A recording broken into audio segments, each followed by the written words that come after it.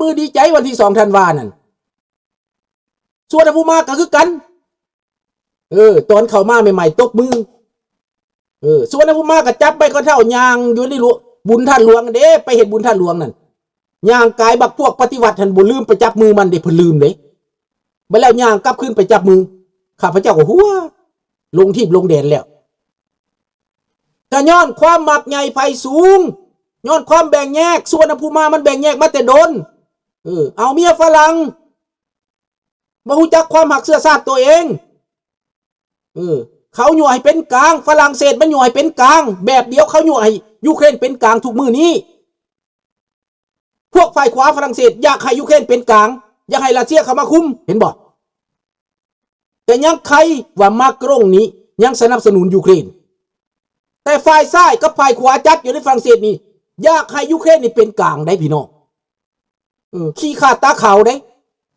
พี่น้องเอ้ยต้องเบิ่งได้มีแต่มาโกรงเท่านั้นแหละที่ว่าหนุนยูเครนนี่นะเราฮู้เด้ฝรั่งนี่ก็โตการได้พี่น้องลาวเฮาตะกี้กับฝรั่งเสนอให้เป็นกลางนั่นเพราะว่าบ่มักอเมริกาบ่ซอยเพิ่นอยู่เดียนเบนฟูแล้วบ่อยากให้อเมริกาชนะไปเข้าข้าง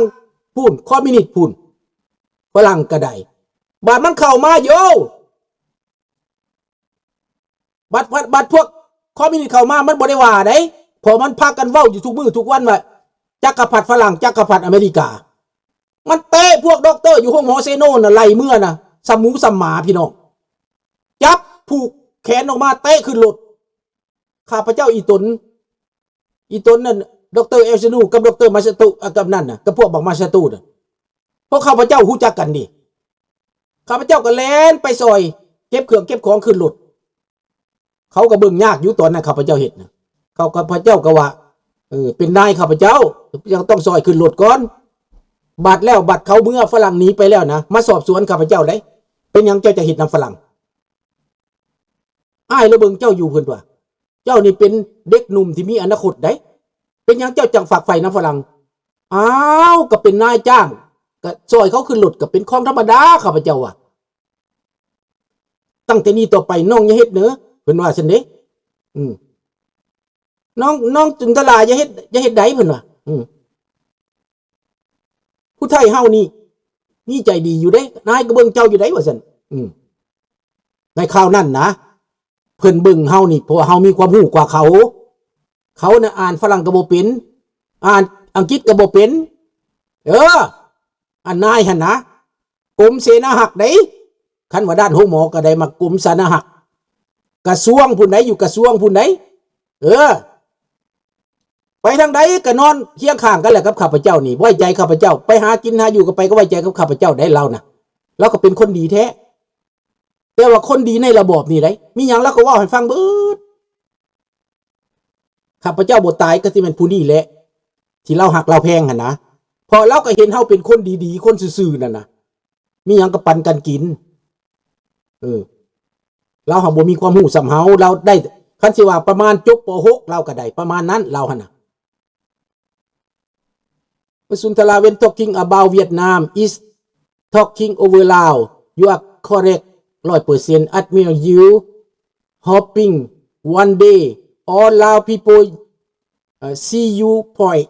Thank you. ตอมวางเนาะบัดนั้นพี่น้องในเมื่อว่าแก้วมันบิดเบือนเพื่อมันจะเข้ามาล่างสมองคนลาวเพื่อจะมันจะเขียนประวัติศาสตร์มาตัวคนลาวปึ้มตำราอยู่ตั้งแต่ป .1 ป .2 ตั้งแต่อนุบาลมันเขียนตำราคอมมิวนิสต์ปกครองลาวให้เกียรติสร้างศักดินาเกียรติสร้างพวกมีความรู้เกียรติสร้างเจ้านายเก่าเกียรติสร้างคนที่เป็นลาวแท้แล้วมันก็เขียนอีกว่าเฮากับเวียดนามนี่เป็นเลือดเนื้อเสื้อไขเป็นญาติพี่น้องกันพักเข้าเม็ดฮักพักเส้นหนึ่งก็ปันกันกินมันว่าถามว่ามันปันอย่างแหน่พี่น้องเอ้ยแก้วมันปันหยังให้พวกเจ้าแหน่พวกเจ้าได้กินอย่างน้ำเขาพวกเจ้าได้กินลาบกินก้อยบ่พวกเจ้าหังเจ้ามีน้ำแก้วบ่พวกเจ้าลูกหลานเลยโอ้พี่น้อง ข้าพเจ้าผู้อยู่น้ำคนเวียดมาจากโซเดปีเขาก็ยังเว้าพวกข่อยก็เวียดเกี้ยวเขาว่าแม่นเวียดอพยพก็หนีคอมมิวนิสต์พวกข่อยก็ได้หมู่ข้าพเจ้าน่ะพวกเซโนเขาก็หนีหมดพุ่นไปสวิตเซอร์แลนด์ไปอเมริกาไปฝรั่งเศสเบิดไปแคนาดาเต็มอยู่แคนาดาก็มีเวียดนั่นน่ะก็เวียดคือกันแต่ว่าเวียดคนละแนวเวียดเขาก็หนีเวียดผู้นี้บ่ทันก็คือสิมาดามยึดขายเฟอร์ยวนอันเซโนใหญ่หั่นแหละเซโนอยู่ข้างโบสถ์น่ะมันว่าตัวแม่นแล้วแล้วหนีบ่ทันแล้วขายเฟอร์อยู่ตอนมื้อเช้าข้าพเจ้าก็ไปกินเฟอร์ห้านเราเว้ากันกับเมียว่ามื้ออื่นเฮาไปกินอีกเนาะห้านเฟอร์เรานี่น่ะแล้วขายเฟอร์แซ่บได้มื้อต่อมา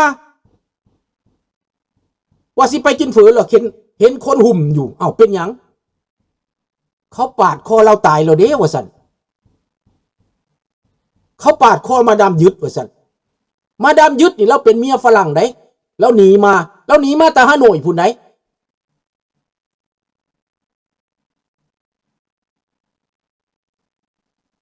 อยู่เวียงจันทน์บ่มีกองทัพแก้วอยู่หนองทาแต่ตอนข้าพเจ้าอยู่ก็อยู่หนองทามี2กองพลอยู่หั่นแต่เดี๋ยวนี้มันคือสิเอาออกไปคืนแล้วอยู่สวรรณเขตก็อยู่หนองหุงอยู่แก้งกอกอยู่สนามบินเซโนแล้วก็อยู่ห้วยกระแสเป็นกองพลแก้วเบิดแหละอันแต่ว่าตอนนั้นพี่น้องขนาดว่ากองทัพลาวปลดอาวุธเบิดแล้ว1975-76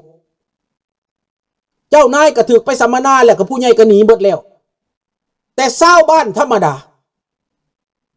ที่บ่พอใจกับระบอบอันนี้เข้ามาแล้วยึดเฮือนเขายึดงัวยึดควายเขายึดดินยึดดอนเขามาเป็นของรัฐของหลวงไล่จับพวกสาวหนุ่มไปสัมมนาไปล่างสมอง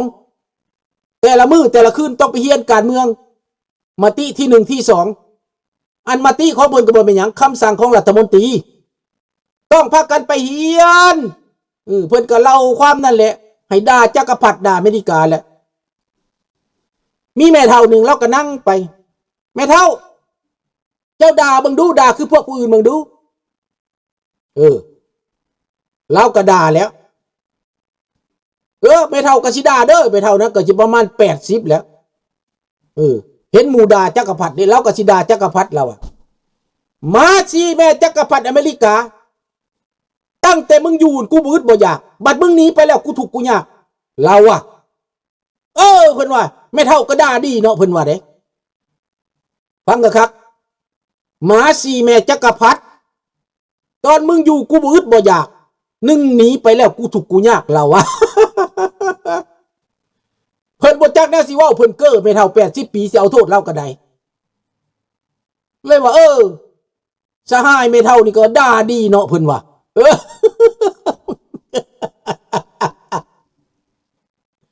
ด่ามาสิแม่จักรพรรดิอยู่หากไปลงท้ายมึงหนีไปแล้วกูทุกข์กูยากกูอึดกูอยากตอนมึงอยู่กูมีกินมีอยู่เราโอ้ยหัวนานอบรมมันก็เลยบ่จักสิว่าแนวใดก็เลยว่าแม่เฒ่านี่ด่าดีเนาะว่าซั่นด่ามาสิแม่จักรพรรดิอยู่ขึ้นเรื่องต้นหั่นน่ะเห็นบ่บาดนี้เพิ่นไปอบรมแต่ละมื้อก็ต้องอบรมใต้กระบองเด้บ่มีไฟฟ้าเด้เนาะบ้านนอกเอากระบองมาใต้ไม่เท่ากับกระบองอันเดียวหั่นแหละว้าวไปแล้วกระบองมันสิหมดเราอยากเมื่อได้ไม่เท่าน่ะอันเพิ่นก็อ่านแต่เอกสารอันเดียวก้มหน้าอ่านก้มหน้าอ่านเอกสารนั่นน่ะอ่านไปบ่เงยหน้าขึ้นจักเทื่อชาวบ้านก็เมื่อแต่ละคน2คนเมื่อแต่ละคน2คนเอาไปมาเหลือแต่ไม่เท่ากับกระบองหั่นแหละเอ้าไม่เท่าเจ้าคือบ่เห็นเมื่อว่าซั่นอันเพิ่นเว้าแก้เกิ้มเพิ่นนะน้องระดาวรแม่เท่าเจ้าคือบ่เห็นเมื่อว่าซั่นเอ้าเมื่อได้ข่อยยังถ่ากระบองข่อยอยู่เราเพิ่นอ่านเอกสารเอากระบองหันอ่านกะแก้วเบิดทันแล้วนายพลอยู่ในน่ะมันเอาแก้วเข้ามาซับซ้อนเอาลูกแก้วพอมันก็มาตั้งแต่50 ปีมาอยู่หั่นมันอยู่หั่นลูกมันจนเว้าความลาวได้ แล้วมันก็แต่งขึ้นมาซับซ้อนอยู่แต่ละกระทรวงทบวงกรมมีแก้วเบิร์ดอยู่ในหันน่ะ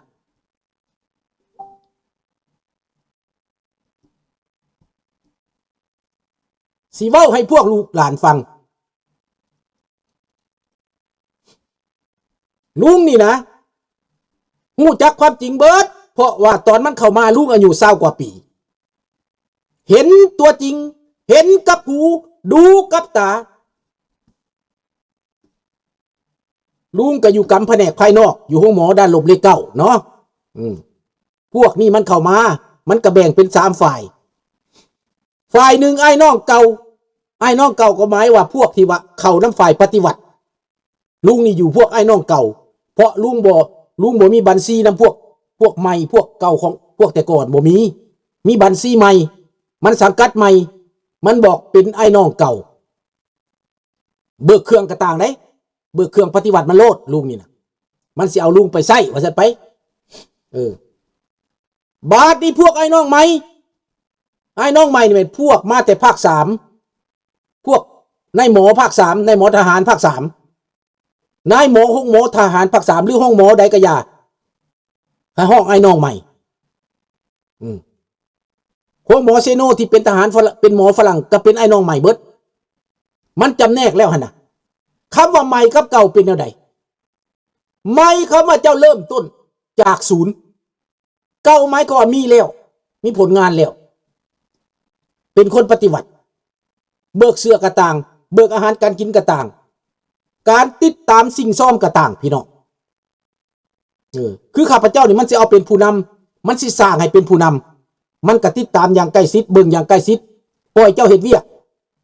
แต่ว่าเบิ่งห่างๆว่าเจ้าเคลื่อนไหวหยังเจ้าไปไสเจ้าเว้าหยังเจ้าเฮ็ดจังได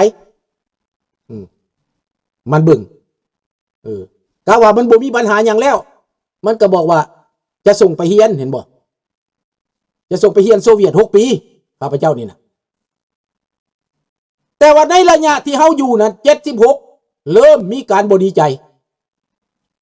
ประชาชนแตกตื่นออกป่าแขวงสวรรณเขตนี่แตกตื่นออกป่าเดี๋ยวจะว่าแขวงสวรรณเขตก่อนเด้อจากบ่มีปืนจักกระบอกว่าคนลาวเฮาเก่งบ่คนแถวแก้งกอกคนแถวดงเห็นคนแถวนี่นะถือง่าวออกมีง่าวอยู่ในเฮือนเอาง่าวฟังเด้อกูว่างเด้อถือง่าวออกป่าถือปืนเก็บออกป่าปืนเก็บปืนยิงนกนี่นะเอาลูกปืนกระรังยิงก็ได้ออกป่าแล้วมาปุ้นเอาปืนมันอยู่ในสางได้ปืนไป20 กระบอก30 กระบอกไปโฮมกันแล้วก็ไปหาเลาะเอาปืนที่เจ้าฝังไว้แต่ก่อนเป็นกองทัพขึ้นมาอยู่ในสวรรณเขตหลายกองพันหลายกองร้อยพวกปฏิวัติที่เข้ามาอยู่ในแขวงสวรรณเขตของพวกปฏิวัติแท้ๆนี่นะบ่เกิน 3,000 คนพี่น้องบัดสวรรณเขตบ่เกิน 3,000 คนแบ่งส่วนหนึ่งไปเป็นทหารแขวงเอาเก็บเอาชาวบ้านมาเป็นทหารมาเป็นกองหลอน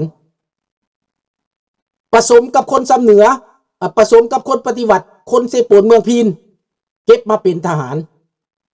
สิเล่าให้ฟังเด้อแล้วเอาไปไล่ล่าพวกเขาห้องว่าปฏิการแต่พวกปฏิการห้องตัวเองว่าพวกลาวขาวพวกกู้ซาดเริ่มต้นตั้งแต่1976 75ไปสู้กันอย่างดูเดือดอยู่ในแขวงสวรรณเขตพวกปฏิวัติตายทุกมือพี่น้องที่ข้าพเจ้าได้เห็นกับตานี่อยู่ไสมันอยู่หนองท่าอยู่เวียงจันทน์นั่นน่ะยังคู่เก่าอยู่หนองท่านั่นแหละหนองท่านั่นแหละพอข้าพเจ้าขึ้นไปเวียงจันทน์ข้าพเจ้าก็ไปดิตอนสิหนีมาก่อนสิหนีมา1979นี่นะข้าพเจ้าก็ไปนอนอยู่ลัก6บ่อนเฮือนไกรสอนนั่นเฮ็ดอยู่เฮ็ดกินให้อยู่หั่นแหละไกรสอนมาหั่นแหละมาเฮ็ดอยู่เฮ็ดกินจะเป็นเฮือนเราบ่หรือมันหยังก็บ่จักอยู่แคมป์ทุ่งนาเฮือนโกกแปลกหั่นน่ะต่อหน้าค่ายหั่นแหละต่อหน้าค่ายทหารนั่นหั่นแหละลัก6หั่นแหละ